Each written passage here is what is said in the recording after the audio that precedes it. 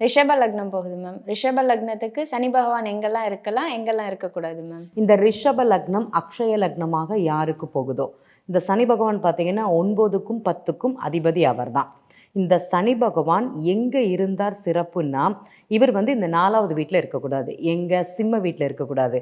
என்ன மேடம், சிம்மம் சூரியனுடைய வீடு, அங்கே சனி பகவான் உண்மையிலேயே இருக்கக்கூடாது, பிரச்சனையை கொடுப்பார்னா இது அப்பா பிள்ளைக்குள்ள பிரச்சனையை கொடுக்க மாட்டார்.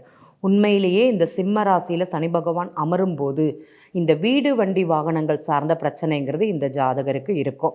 அதே மாதிரி பார்த்திங்கன்னா இந்த தனுசு ராசியில் சனி பகவான் இருக்கும்போது இந்த நண்பர்களால் அவமானம் பிரச்சனைகள் அப்படிங்கிறது கண்டிப்பாக சந்திப்பாங்க அப்படிங்கிறது சொல்லலாம். அதே மாதிரி இந்த ஜாதகருக்கு ப்ரமோஷன் சம்மந்தப்பட்டதில் ஒரு போராட்டங்கிறது கண்டிப்பாக கொடுப்பார் அப்படிங்கிறது இந்த ரிஷப ராசிக்காரர்களுக்கு கண்டிப்பாக நடக்கும். உங்கள் ஜாதகத்தில் ரிஷப லக்னக்காரர்கள் யாராக இருந்தாலும் சரி, உங்கள் ஜாதகத்தில் இந்த பாவகத்தில் சனி பகவான் இருக்கிறாங்களா, இந்த மாதிரி பிரச்சனைகளை நீங்கள் சந்திக்கிறீங்களா அப்படிங்கிறத ஒரு குறிப்பு அப்படிங்கிறது எழுதுங்க.